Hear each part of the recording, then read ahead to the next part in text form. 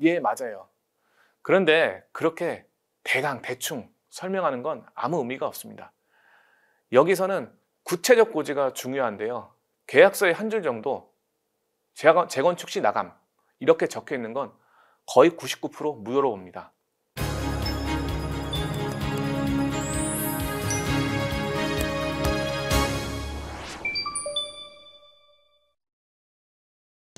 안녕하세요. 상가변호사닷컴 채널입니다. 오늘 영상에서는 재건축과 상과 권리금에 대해서 이야기해 보려고 합니다. 저희 법무법인이 서울시 서초구 서초동에 있는데요. 저희 법무법인 근처만 봐도 재건축이나 리모델링을 하는 건물들이 굉장히 많습니다. 만약 건물이 재건축에 들어간다면 그 건물에서 이미 영업 중인 상가 임차인들은 나가야 할까요? 이분께 한번 여쭤보도록 할게요. 김재은 변호사님 나와 계십니다. 변호사님 안녕하세요. 예, 안녕하세요. 반갑습니다. 저희 이제 사무실 근처 보면은 재건축하는 곳들 진짜 많잖아요. 많은 분들이 궁금해하실 것 같아요. 상가 임차인이 계약 기간이 남았어도 재건축을 한다면 나가야 할까요?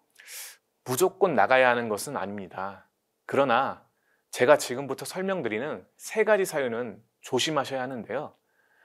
첫 번째는 건물이 너무 오래되어서 안전사고의 우려가 있는 경우.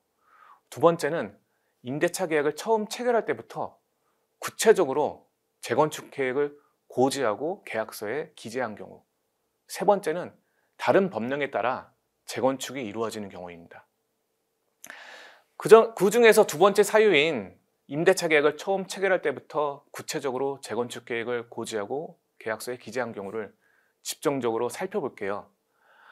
언제 공사를 할 거고 얼마나 기간이 걸리는지 도면을 보여주기도 하면서 상세하게 설명하고 임차인도 이 사실을 알고 들어왔고 실제로 그 계획에 따를 경우에는 임차인이 나가야 하는 것이죠. 그런데 변호사님 이 생각 들었어요. 그 임대차 계약서에 이런 특약 쓰시는 분들 많으시잖아요. 재건축 시 임차인은 나간다 이런 특약이요? 예, 맞아요. 그런데 그렇게 대충 설명하는 건 아무 의미가 없습니다. 여기서는 구체적 고지가 중요한데요. 계약서에 한 줄 정도 재건축 시 나감 이렇게 적혀 있는 건 거의 99% 무효로 봅니다.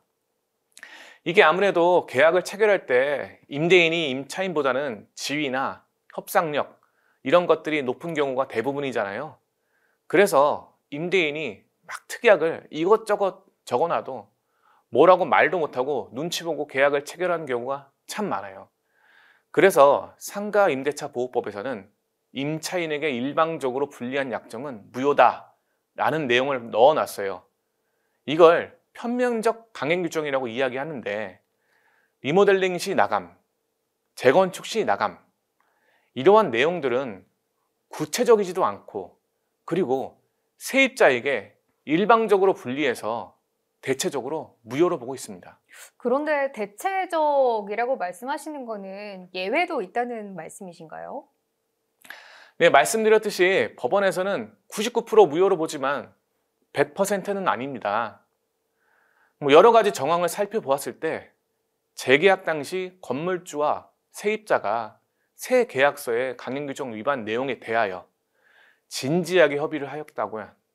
임대인이 충분한 설명을 했고 임차인이 여러 가지 인센티브를 추가로 받는 방향으로 합의를 하였다면 그렇다면 임차인에게 불리한 내용이 아니다 라고 볼 수 있기 때문에 무효로 보기 좀 어려울 수도 있겠습니다. 아, 그렇군요. 변호사님, 이런 재건축과 관련된 사례를 직접 겪으신 분이 있다고 들었거든요.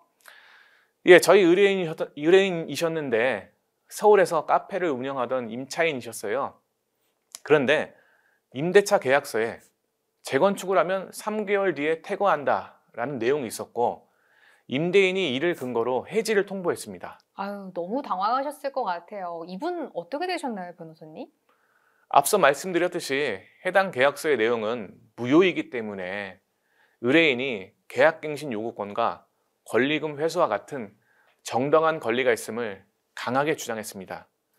그러자 상당한 압박을 느낀 상대방이 먼저 합의를 요청해 왔습니다.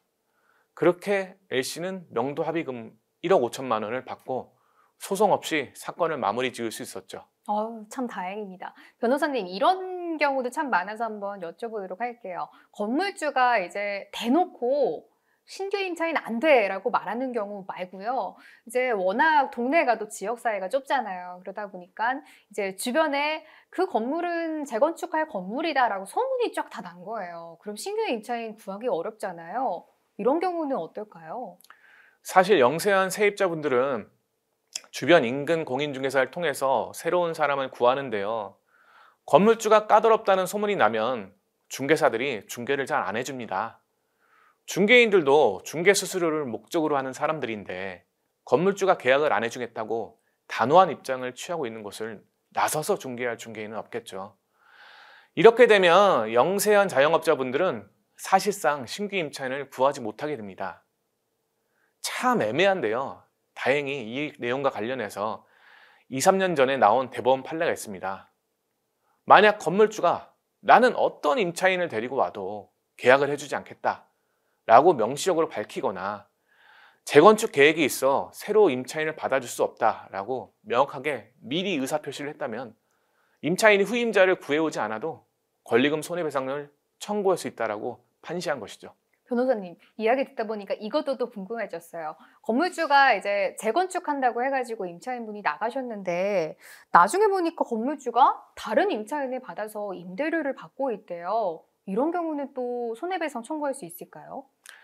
거의 사기에 가까운 행동인데요. 생각보다 꽤 자주 있는 일입니다. 그래서 저희 사무소에도 찾아온 분이 계세요. 재건축을 한다고 해서 다 포기하고 퇴거했는데 우연히 길을 걷다가 다른 세입자가 해당 상가에서 장사하는 것을 발견한 것이죠. 와, 너무 화날 것 같은데요? 네, 물론 이는 명백히 임차인을 속여서 내쫓는 행위이기 때문에 재건축을 이유로 나가라고 했다는 증거가 명확히 남아있다면 충분히 소송을 통해 권리금 상당의 손해배상을 청구해 볼 수 있습니다. 법에는 일반적으로 권리금 회수 기회를 방해받았을 때 임대차 만료일부터 3년 이내에 소송을 제기하라고 되어 있는데요. 그런데 방금 말씀드린 경우는 일반적이고 전형적인 권리금 회수 방해 행위에 따른 소송은 아니라고 볼 수도 있어요. 그래서 이런 상황은 일반 채권의 소멸시효가 10년 정도인 것을 근거로 해서 10년 안에만 소송을 하면 된다라고 볼 수도 있습니다. 다만 건물주가 실제로 공사를 하려고 했는데 도중에 자금난이 생겼다. 아니면 대출이 이루어지지 않는다. 이런 식으로 어떤 이유가 생겨서 사업이 진행되지 못한 경우 등 정당한 사유가 있다면 법원에서 어쩔 수 없다. 일부러 속인 것은 아니다. 라고 본 판례도 있으니 전체적인 상황을 살펴보셔야 되겠습니다. 변호사님, 그런 경우도 있잖아요. 건물주가 이제 재건축 끝나고 나서 기존 임차인분한테 다시 들어와서 영업을 하래요. 이런 경우는 어떻게 보시나요? 재입적 약정 말씀하시는 거죠? 사실 저는 그렇게 권해드리지는 않습니다. 세입자분들은 1순위로 희망하시는 것이 기존 월세와 보증금 조건을 그대로 유지하면서 임대차를 이어가는 것일 텐데요. 리모델링을 싹 다 해놓은 상가에서 이게 가능할까요? 건물주는 건물을 다시 지으면서 수억, 수십억의 돈을 썼을 겁니다. 그런데 그렇게 좋아진 건물을 원래 낡은 건물과 같은 임대료를 받으며 쓰게 해줄까요? 그럴 리가 없겠죠. 보통 3배에서 5배 이상의 월세를 달라고 하거나 굉장히 좋지 않은 자리를 내어줍니다. 건물 형태가 바뀌니 면적이 줄어들기도 해요. 관련 사건을 여러 다루다 보면서 느낀 건데 재입적 약정 이후에 문제가 생겨서 다툼이 생기는 경우가 너무 많습니다. 아, 그렇군요. 그럼 그냥 재입전보다는 깔끔하게 권리금을 받고 나가는 게 낫다라는 말씀이신 거죠? 예, 있는 권리를 행사하셔서 보상을 받고 문제를 빠르게 마무리 짓는 쪽을 저는 좀 더 권해드립니다.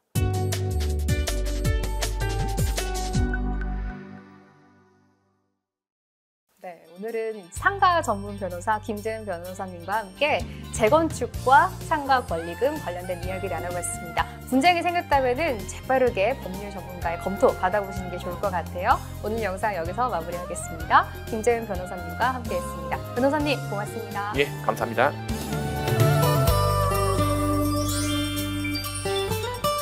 구독과 좋아요, 알림 설정도 눌러주세요.